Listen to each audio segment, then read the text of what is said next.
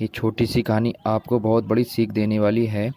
इस कहानी का टाइटल है कुछ बड़ा करना है तो अपनी सोच को बड़ी करो।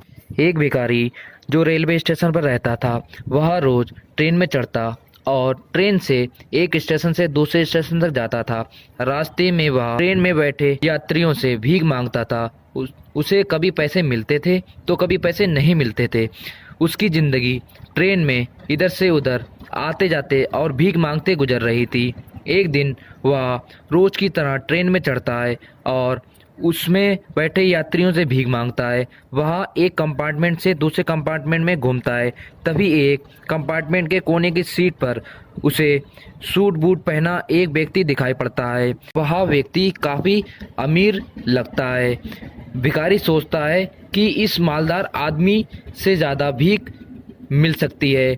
व्यक्ति उसके पास पहुंचता है और उससे पैसे मांगने लगता है। सूट बूट पहन व्यक्ति ने उसे पैसे देने से इनकार कर दिया, लेकिन भिखारी उससे पैसे मांगता रहा। भिखारी की इस हरकत पर उस व्यक्ति को गुस्सा आ गया। गुस्से में व्यक्ति बोला, बड़े अजीब हो, मैं तुम्हें पैसे देने से इनकार कर रहा हूँ और तुम मेरे पीछे पड़ गए हो। चलो ठीक है, मैं तुम्हें पैसे दे देता हूँ और ये बताओ तुम मुझे बदले में क्या दोगे। ये सुनकर भिखारी देर के बाद वह भिखारी बोलता है कि साहब, मैं आपको क्या दे सकता हूँ। मैं तो एक भिखारी हूँ। लोगों से पैसे मांग मांग कर मैं अपना पेट भरता हूँ कि को कुछ देने की मेरी औकात ही क्या है।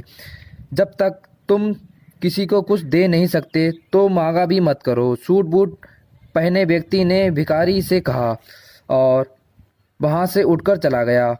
उस दिन भिखारी जब ट्रेन से उतरता है तो सोचने लगता है कि मैं लोगों को क्या दे सकता हूँ।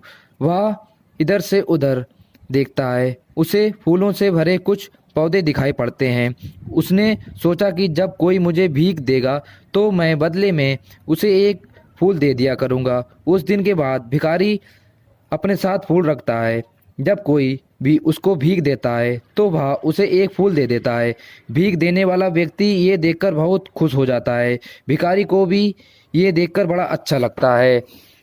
एक दिन ट्रेन में भिखारी को वही सूट बूट वाला आदमी फिर से दिखाई पड़ता है। भिखारी उसके पास जाता है और फिर से उससे भीख मांगता है और बोलता है, साहब, आप मुझे पैसे दोगे तो मैं आपको कुछ दे दूंगा। उस व्यक्ति ने अपनी जेब से कुछ पैसे निकाले और भिखारी को दे दिए। बदले में भिखारी ने उस व्यक्ति को एक फूल दे देता है। ये देखकर व्यक्ति बहुत खुश हो जाता है और बोलता है, मुझे लगता है कि तुम व्यापार सीख गए हो। तुम्हें लेने देने का मतलब समझ आ गया है। जब तक किसी को कुछ दे नहीं सकते, लेने की उम्मीद मत रखा करो। उस व्यक्ति का स्टेशन आ जाता है। वह ट्रेन से उतर जाता है, लेकिन उस व्यक्ति की बात भिखारी के दिमाग में आ जाती है। वह ट्रेन से उतरता है तो प्लेटफॉर्म पर खड़े होकर जोर जोर से चिल्लाता है, मैं भिखारी नहीं व्यापारी हूँ। अब मैं भी सूट बूट पहनकर घूमूंगा। मेरे पास ढेर सारे पैसे होंगे। लोगों ने उसे चिल्लाते हुए देखा और सोचा कि ये भिखारी पागल हो गया है। 6 महीने बाद भिखारी ना तो स्टेशन पर और ना ही ट्रेन पर नजर आता है। 6 महीने बाद एक दिन ट्रेन में 2 सूट बूट पहने व्यक्ति मिलते हैं। एक व्यक्ति ने दूसरे व्यक्ति से कहा, आपने मुझे पहचाना?